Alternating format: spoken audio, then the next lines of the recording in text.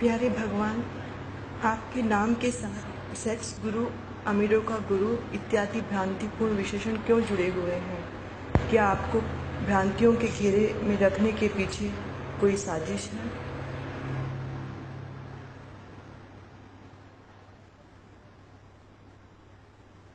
हर्षिदा,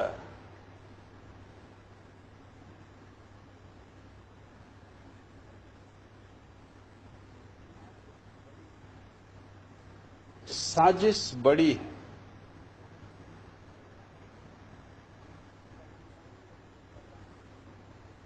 कहना चाहिए अंतर्राष्ट्रीय।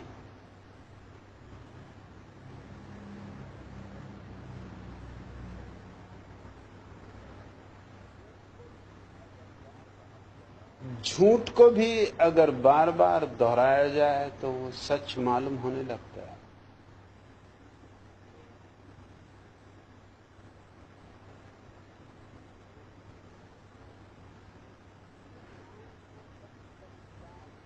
मेरे नाम से कम 400 किताबें प्रकाशित हुई।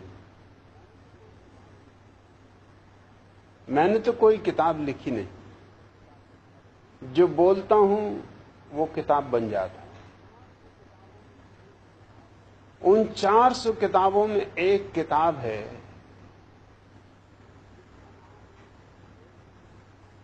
जिसका नाम है संभोग से समाधि की ओर। वो बंबई में दिए गए 5 व्याख्यान।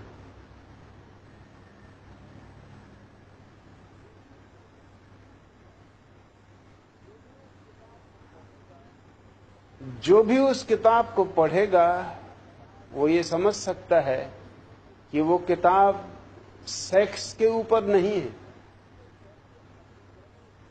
सेक्स को कैसे अतिक्रमण किया जाए इसके संबंध में।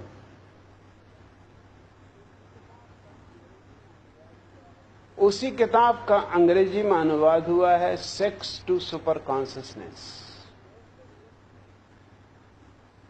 कैसे व्यक्ति काम वासना से, ध्यान के माध्यम से आहिस्ता आहिस्ता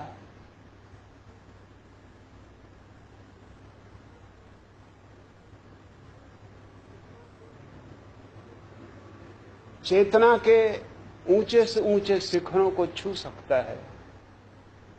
ये उस किताब का मूल विषय है।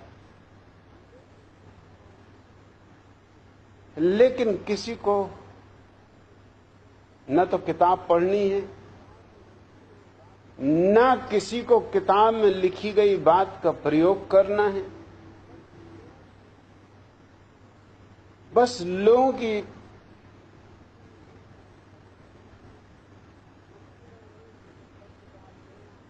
बुद्धि में एक शब्द डाल देना काफी। चूंकि सेक्स शब्द का प्रयोग हुआ है, इसलिए अखबार वाले, राजनीतिक, धर्मगुरु, वे सारे लोग जिनके न्यस्त स्वार्थों पर मैं चोट कर रहा हूं और जिन्हें मेरी बातों का जवाब खोजे से नहीं मिलता, उन्होंने उस शब्द को ही पकड़ लिया है। और जब सारे धर्मगुरु, सारे राजनेता और सारे अखबार उनके हाथों में हैं, या तो धर्म नेताओं के हाथों में हैं, या राजनेताओं के हाथों में हैं, या धनपतियों के हाथों में,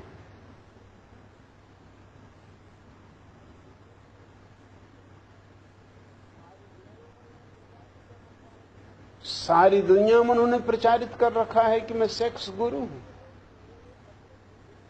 सच्चाई यह है कि मेरे अतिरिक्त दुनिया में इस समय कोई भी सेक्स से कैसे पार जाया जाए इस संबंध में शिक्षा देने वाला व्यक्ति मौजूद नहीं है।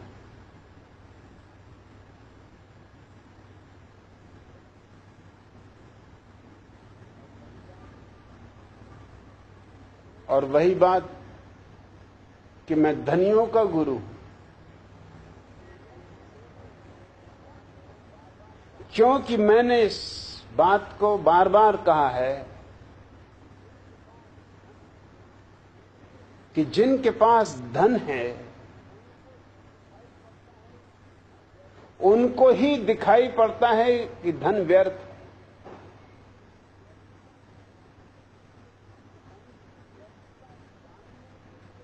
धन की व्यर्थता जानने के लिए धन का होना जरूरी है। जैनों के 24 तीर्थंकर महाराजाओं के बेटे,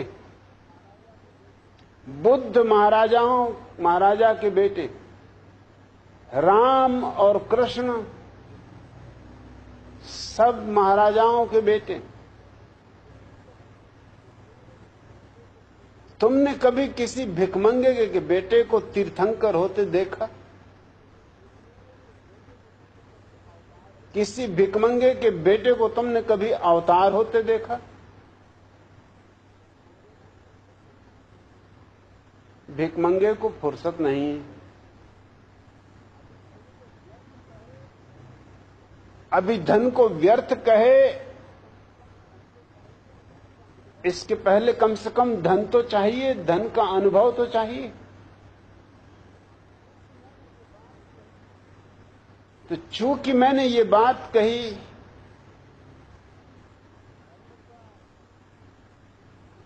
कि धर्म का ठीक ठीक स्थापन केवल समृद्ध देशों में हो सकता है,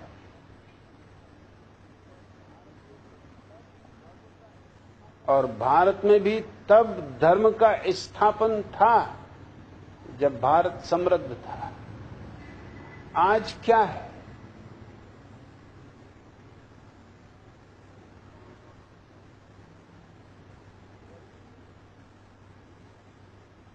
गरीबी,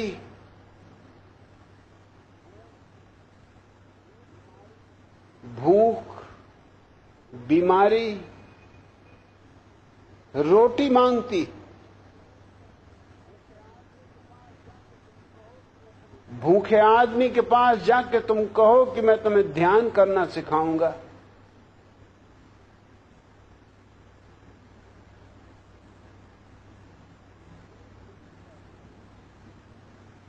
तो तुम्हें खुद ही शर्म आएगी।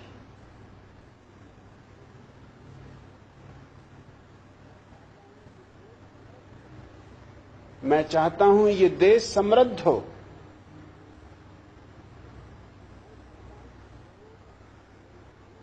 मैं चाहता हूं कि दुनिया में कोई भी गरीब ना रहे, कोई भूखा ना रहे।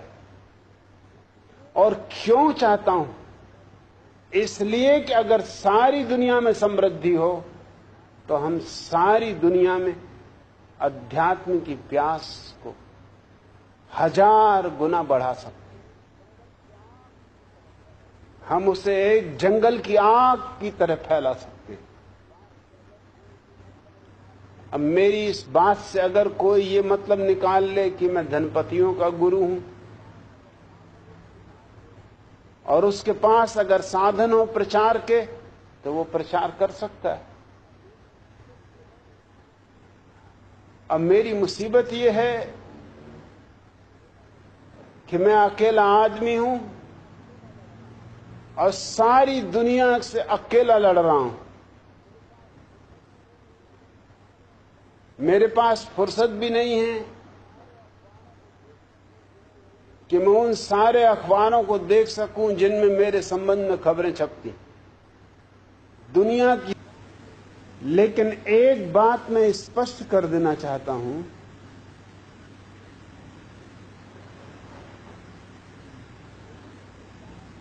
कि झूठ के पास चाहे कितनी ही ताकत हो, सत्य के समक्ष झूठ नपुंसक। वे सारी साजिशें बेकार हो जाएंगी।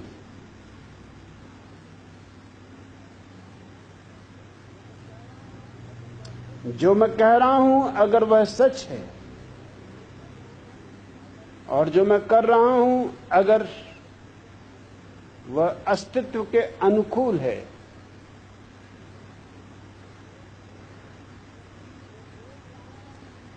जो मैं बोल रहा हूं, अगर वह सनातन धर्म है,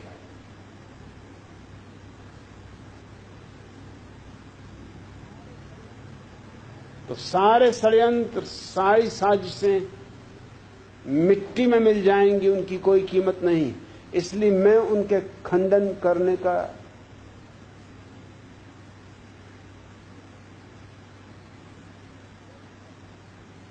और व्यर्थ अपना समय नष्ट करने चेष्टा भी नहीं करता हूं। वे अपने मौत मर जाने वाले झूठ।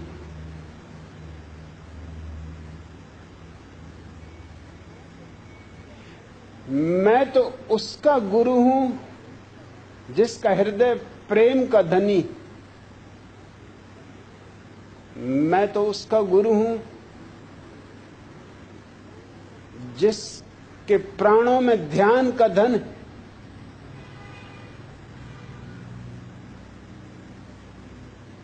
मैं तो उसका गुरु हूं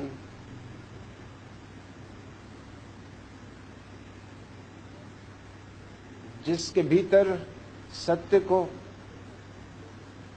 सत्य के धन को खोजने की प्यास जगी।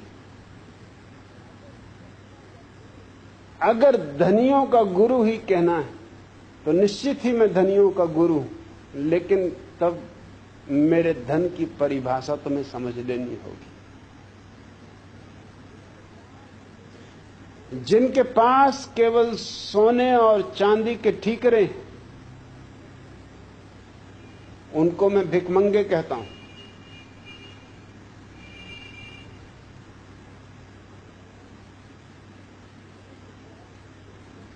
धनी तो वो है जिसके हृदय में शांति है,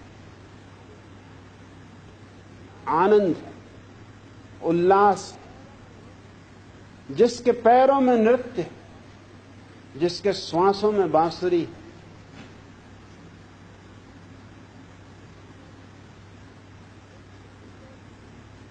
जिसके भीतर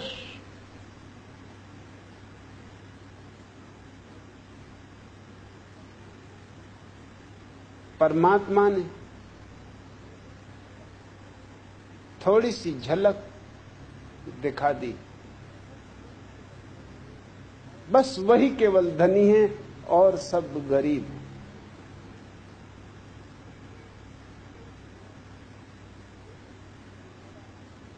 लेकिन ये मेरा धंधा ही खराब धंधा है।